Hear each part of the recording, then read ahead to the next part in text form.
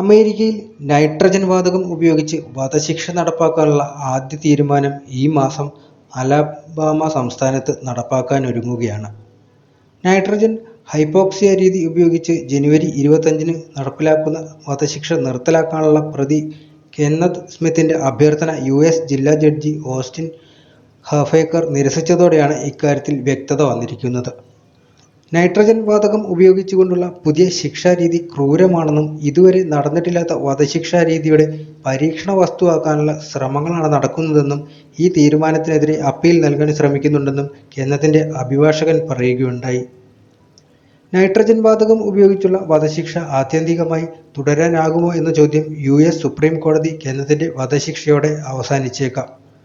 Oklahoma, Mississippi, Alabama എന്നീ 3 സംസ്ഥാനങ്ങളിലാണ് നിലവിൽ നൈട്രജൻ ഉപയോഗിച്ചുകൊണ്ടുള്ള ശിക്ഷാരീതിക്ക് അംഗീകാരം നൽകിയിട്ടുള്ളത്.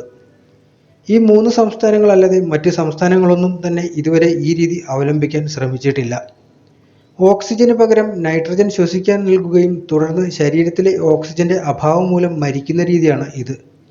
നൈട്രജൻ മാത്രം ശ്വസിക്കാൻ ഒരു വ്യക്തിയെ നിർബന്ധിക്കുകയും ഓക്സിജൻ ലഭിക്കാതിരിക്കുകയും മരണത്തിലേക്ക് നയിക്കുകയും ചെയ്യുന്നതാണ് നൈട്രജൻ ഹൈപ്പോക്സിയയ്ക്ക് കാരണമാകുന്നത്. മനുഷ്യർ ശ്വസിക്കുന്ന വായുവിന്റെ 78% നൈട്രജനാണ്. ഓക്സിജനുമായി കലർന്ന് ശ്വസിക്കുമ്പോൾ ഇത് ദോഷകരമാകുന്നില്ല. 1988-ൽ വടക്കൻ അലബാമ സമൂഹത്തെ ഇളക്കിമറിച്ച കൊലപാതകത്തിലെ പ്രതിയാണ് കെന്നത്ത് സ്മിത്ത്. ഒരു പാസ്റ്ററുടെ ഭാര്യയായ എലിസബത്ത് സെനറ്റിനെ കൊലപ്പെടുത്തിയ കുറ്റത്തിൽ ശിക്ഷിക്കപ്പെട്ട 2 പേരിൽ ഒരാളാണ് സ്മിത്ത്. വലിയ കടബാധ്യതയിലായിരുന്ന എലിസബത്തിന്റെ ഭർത്താവ് ഇൻഷുറൻസ് തുക ലഭിക്കുന്നതിന് കെന്നത്ത് സ്മിത്തിനെയും മറ്റൊരാളായും എലിസബത്തിനെ കൊലപ്പെടുത്താൻ ഏർപ്പെടുത്തുകയായിരുന്നു. പ്രതിഫലമായി ഓരോരുത്തർക്കും $1000 നൽകിയതായും പ്രോസിക്യൂട്ടർമാർ വാദിച്ചിരുന്നു.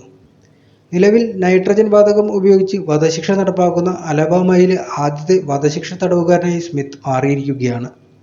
ഈ രീതി 2018-ൽ നിയമപരമായി അനുവദിച്ചിട്ടുണ്ടെങ്കിലും ഇത് ഉപയോഗിച്ച് ഇതുവരെ ഒരു തടവുകാരനെയും വധിച്ചിട്ടില്ല. ഇതിനു മുമ്പും കെന്നത്ത് തന്നെ വധിക്കാനുള്ള ഭരണകൂടത്തിന്റെ നടപടിയെ അതിജീവിച്ചിരുന്നു. 2022-ൽ മാരകമായ വിഷം ലീതൽ ഇഞ്ചക്ഷൻ കുത്തിവെച്ച് വധിക്കാൻ ശ്രമിച്ചെങ്കിലും IV ലൈൻസ് കിട്ടാനുള്ള ഞരമ്പ് കിട്ടാത്തത് മൂലം ശ്രമം ഉപേക്ഷിക്കുകയായിരുന്നു.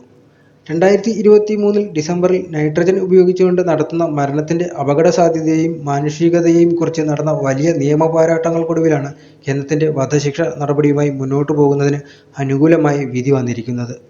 സ്റ്റീവ് മാർഷലിന്റെ നേതൃത്വത്തിലുള്ള അലബാമ അറ്റോർണി ജനറലിന്റെ ഓഫീസ് കോടതി ഫയലിംഗിൽ ഒരു പുതിയ വധശിക്ഷാ രീതിയെ ന്യായീകരിക്കുന്നുണ്ട്. കുറ്റാരോപിതനായ വ്യക്തിക്ക് ഓക്സിജൻ ലഭിക്കാതിരിക്കുന്നത് നിമിഷങ്ങൾക്കുള്ളിൽ അബോധാവസ്ഥയിലേക്കും മിനിറ്റുകൾക്കുള്ളിൽ മരണത്തിലേക്കും നയിക്കുമെന്നായിരുന്നു വാദം. നൈട്രജൻ വാതകം മൂലമുണ്ടാകുന്ന വ്യാവസായിക അപകടങ്ങളെയും വധശിക്ഷാ രീതിയെയും സംസ്ഥാനം താരതമ്യം ചെയ്തിരുന്നു. എന്നാൽ പുതിയ വധശിക്ഷാ രീതി ക്രൂരവും അസാധാരണവുമായ ശിക്ഷയ്ക്കുള്ള ഭരണഘടനാ നിരോധനം ലംഘിക്കുന്നതാണെന്നും കെന്നത്ത് സ്മിത്തിന്റെ അഭിഭാഷകർ വാദിക്കുകയുണ്ടായി. നൈട്രജൻ ഹൈപ്പോക്സിയ രീതി പന്നികൾക്ക് ദയാവധത്തിനുള്ള സ്വീകാര്യമായ രീതിയാണെന്നും എന്നാൽ മറ്റാരിലും അത് പരീക്ഷിക്കാനാകില്ലെന്നും അമേരിക്കൻ വെറ്ററിനറി മെഡിക്കൽ അസോസിയേഷൻ 2020-ലെ ദയാവധ മാർഗനിർദ്ദേശങ്ങളിൽ എഴുതിയതായി കെന്നത്ത് സ്മിത്തിന്റെ അഭിഭാഷകൻ കോടതിയിൽ പറയുകയുണ്ടായി. കൂടാതെ കെന്നത്തിന്റെ മൂക്കിലും വായിലും മാസ്ക് ഘടിപ്പിക്കുമെന്നതിനാൽ അന്ത്യനിമിഷങ്ങളിൽ ഒന്നുറക്കെ പ്രാർത്ഥിക്കുവാനും അന്ത്യമൊഴി നൽകുന്നതിനും തടസ്സം സൃഷ്ടിക്കുമെന്നും പറയുന്നുണ്ട്. കെന്നത്ത് സ്മിത്ത് തന്റെ അഭിഭാഷകർ വഴി ഉന്നയിച്ച ആശങ്കകൾ വെറും ഊഹാപോഹങ്ങൾ ആണെന്നും അറ്റോർണി ജനറലിന്റെ ഓഫീസ് വാദിച്ചു. ഒപ്പം വധശിക്ഷയ്ക്ക് മുൻപായി കെന്നത്ത് സ്മിത്തിന് ആത്മീയ ഉപദേഷ്ടാവിന് അദ്ദേഹത്തെ ശുശ്രൂഷിക്കാൻ കഴിയില്ലെന്ന ആശങ്ക പരിഹരിക്കാൻ അലബാമ ജയിൽ സംവിധാനം ചെറിയ മാറ്റങ്ങൾക്ക് സമ്മതിക്കുകയും ചെയ്തിട്ടുണ്ട്. കെന്നത്ത് സ്മിത്തിന് വധശിക്ഷ ലഭിച്ച എലിസബത്ത് സെനറ്റ് കേസ് ഒരു കാലത്ത് വടക്കൻ അലബാമയെ ഞെട്ടിച്ച ഒന്നായിരുന്നു. 1988 മാർച്ച് 18-ന് കോൾബർട്ട് കൗണ്ടിയിലുള്ള സ്വന്തം വസതിയിൽ വച്ചാണ് എലിസബത്ത് കൊല്ലപ്പെടുന്നത്. 45-കാരിയായ എലിസബത്തിന്റെ നെഞ്ചിൽ 8 തവണയും കഴുത്തിന്റെ ഇരുവശത്തുമായി കുത്തേറ്റതായും കൊറോണൽ മൊഴി നൽകിയിരുന്നു.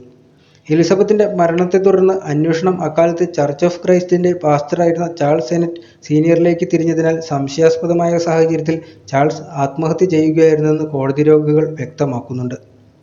1989-ൽ കെന്നത്തിന് വിധിച്ച പ്രാരംഭ ശിക്ഷ അപ്പീൽ റദ്ദാക്കപ്പെടുകയും ചെയ്തിരുന്നു. പിന്നീട് 1996-ൽ അദ്ദേഹത്തെ വീണ്ടും വിചാരണ ചെയ്യുകയും ശിക്ഷിക്കുകയും ചെയ്തു. 11-1 എന്ന ജൂറി വോട്ടിന് ജീവപര്യന്തം തടവിന് ശുപാർശ ചെയ്യുകയാണ് ഉണ്ടായത്. എന്നാൽ അന്നത്തെ ജഡ്ജി ഈ ശുപാർശയെ മറികടന്നാണ് കെന്നത്ത് സ്മിത്തിനെ വധശിക്ഷയ്ക്ക് വിധിച്ചത്. എന്നതിനോടൊപ്പം കൊലപാതകത്തിൽ കുറ്റക്കാരനായ ജോൺ ഫോറസ്റ്റ് പാർക്കർ 2010 വധിക്കപ്പെട്ടിരുന്നു.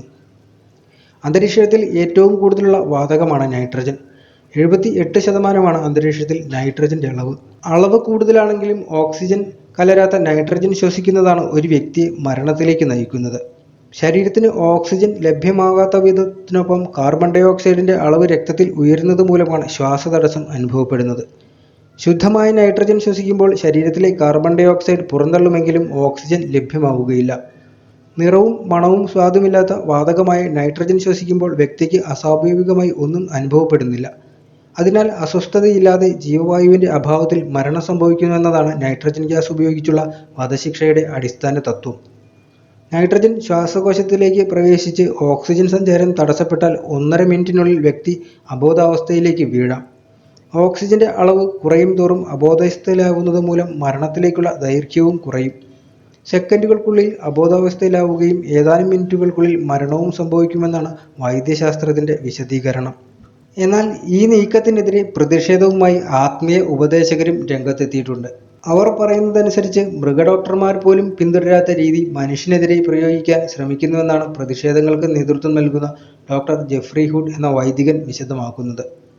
മാരകവിഷം നൽകി ശിക്ഷ നടപ്പാക്കുന്നതിൽ കഴിഞ്ഞ വർഷം വന്ന പാളിച്ചകളാണ് പുതിയ രീതികൾ തേടാൻ അധികൃതരെ പ്രേരിപ്പിച്ചതെന്നാണ് പറയുന്നത്. വധശിക്ഷ നടപ്പാക്കുന്ന വേളയിൽ സന്നിഹിതരായിട്ടുള്ള മറ്റുള്ളവർക്ക് നൈട്രജൻ ഗ്യാസ് മൂലം ഉണ്ടാവാനിടയുള്ള ആരോഗ്യ പ്രശ്നങ്ങൾ ചൂണ്ടിക്കാണിച്ചാണ് വൈദികന്റെ പ്രതിഷേധം. സർക്കാർ നീക്കത്തിനെതിരെ കോടതിയെ സമീപിച്ചിരിക്കുകയാണ് വൈദികൻ. അന്തിമ കർമ്മങ്ങൾ അടക്കമുള്ളവ നൽകുന്നതിൽ ഈ രീതി തടസ്സമുണ്ടാക്കുന്നുവെന്നാണ് പരാതിയിൽ വിശദമാക്കുന്നത്. വധശിക്ഷ ലഭിച്ചിരിക്കുന്ന തടവുകാർക്കിടയിലെ പ്രവർത്തനങ്ങളുടെ പേരിൽ ഏറെ പ്രശസ്തനാണ് ഈ വൈദികൻ. മരുന്ന് നിർമ്മാതാക്കൾ വധശിക്ഷയ്ക്ക് വിഷം തയ്യാറാക്കുന്നതിൽ വിമുഖത കാണിച്ചതോടെയാണ് മറ്റ് മാർഗങ്ങൾ തേടാൻ സംസ്ഥാനം നിർബന്ധിതമായത്. ഫയറിംഗ് സ്ക്വാഡ് അടക്കമുള്ള മാർഗങ്ങൾ തേടുന്നതിൽ തെറ്റില്ലെന്നാണ് ചില ജനപ്രതിനിധികളും പ്രതികരിച്ചത്. 2024 ജനുവരി 24 ഇത്തരത്തിലുള്ള ആദ്യ വധശിക്ഷ നടപ്പാക്കുമെന്ന് നേരത്തെ വാർത്തകൾ പുറത്തു വന്നിരുന്നു. മാസ്കിനുള്ളിലൂടെ തടവുകാരനിലേക്ക് നൈട്രജൻ ഗ്യാസ് നൽകുകയും ഇത് ശ്വസിക്കുന്ന തടവുകാരന് ശ്വസന തകരാർ സൃഷ്ടിക്കുകയും ഓക്സിജൻ ലഭ്യതക്കുറവും മരിക്കുകയും ചെയ്യുന്ന രീതിയാണ് ഇതെന്ന് കോടതി പറഞ്ഞിരുന്നത്. ശുദ്ധമായ നൈട്രജൻ 1-2 തവണ അകത്തേക്ക് എടുക്കുമ്പോഴേക്കും ശ്വാസകോശത്തിനുള്ളിലെ ഓക്സിജന്റെ അളവ് കുറയുകയും തുടർന്ന് രക്തത്തിൽ നിന്നും ഓക്സിജൻ കുറേശ്ശെയായി ശ്വാസകോശത്തിലേക്ക് തള്ളപ്പെടുകയും ചെയ്യും. ദ്രുതഗതിയിലാണ് ഇത് സംഭവിക്കുന്നത്. ഇത്തരത്തിൽ പുറന്തള്ളൽ ആരംഭിച്ചാൽ വെറും 3 മിനിറ്റിനുള്ളിൽ രക്തത്തിലെ ഓക്സിജന്റെ അളവ് 0% ആവുമെന്നാണ് പഠനങ്ങൾ വ്യക്തമാക്കുന്നത്. നൈട്രജൻ ശ്വാസകോശത്തിലേക്ക് പ്രവേശിച്ച് ഓക്സിജൻ സഞ്ചാരം തടസ്സപ്പെട്ടാൽ 1.5 മിനിറ്റിനുള്ളിൽ വ്യക്തി അബോധാവസ്ഥയിലേക്ക് വീഴും. ഓക്സിജന്റെ അളവ് കുറയും തോറും അബോധാവസ്ഥയിലാകുന്ന വേഗതയ്ക്കും മരണത്തിലേക്കുള്ള ദൈർഘ്യവും കുറയുകയും ചെയ്യും. അന്തരീക്ഷത്തിൽ ഓക്സിജന്റെ അളവ് 4 മുതൽ 6% വരെയാണെങ്കിൽ 40 സെക്കൻഡുകൾക്കുള്ളിൽ അബോധാവസ്ഥയും ഏതാനും മിനിറ്റുകൾക്കുള്ളിൽ മരണവും സംഭവിക്കുമെന്നാണ് പഠനം. അബോധാവസ്ഥയ്ക്കൊപ്പം ചിലപ്പോൾ അപസ്മാരത്തിലേക്ക് പോലുള്ള അസ്വസ്ഥതകൾക്കും ഉണ്ടാക്കാൻ ഇത് സാധ്യതയുണ്ട്. അബോധാവസ്ഥയിലാകുന്നതിന് പിറകെ ശരീരം നിലയ്ക്കുകയും ഹൃദയം സ്തംഭിക്കുകയും ചെയ്യും. 7 മിനിറ്റോളം ഓക്സിജൻ ലഭിക്കാതെ വന്നാൽ മസ്തിഷ്കത്തിന്റെ കോർട്ടക്സിലെയും മെഡുല്ല ഒബ്ലാങ്കേറ്റയിലെയും കോശങ്ങൾ നിർജ്ജീവമാകും. ഇതോടെ മസ്തിഷ്ക മരണം സംഭവിച്ചതായി കണക്കാക്കും. നൈട്രജൻ ശ്വസിക്കേണ്ടി വരുമ്പോൾ ചിലർക്ക് തലവേദന, തലകറക്കം, ക്ഷീണം, ഓക്കാനം, മതിഭ്രമം തുടങ്ങിയ ലക്ഷണങ്ങൾ പ്രാഥമിക ലക്ഷണമായി കണ്ടേക്കാം. എന്നാൽ ചിലർക്ക് യാതൊരു വിധത്തിലുള്ള ലക്ഷണങ്ങളും പ്രകടമാവാതെ അബോധാവസ്ഥയിലേക്ക് എത്തുകയും ചെയ്യും. ഓക്സിജൻ അളവ് കുറഞ്ഞ പ്രദേശങ്ങളുമായി ഇടപഴകേണ്ടി വരുന്നവർക്ക് ഇക്കാര്യങ്ങൾ പരിഗണിച്ച് മുൻകരുതലുകൾ സ്വീകരിക്കാവുന്നതുമാണ്.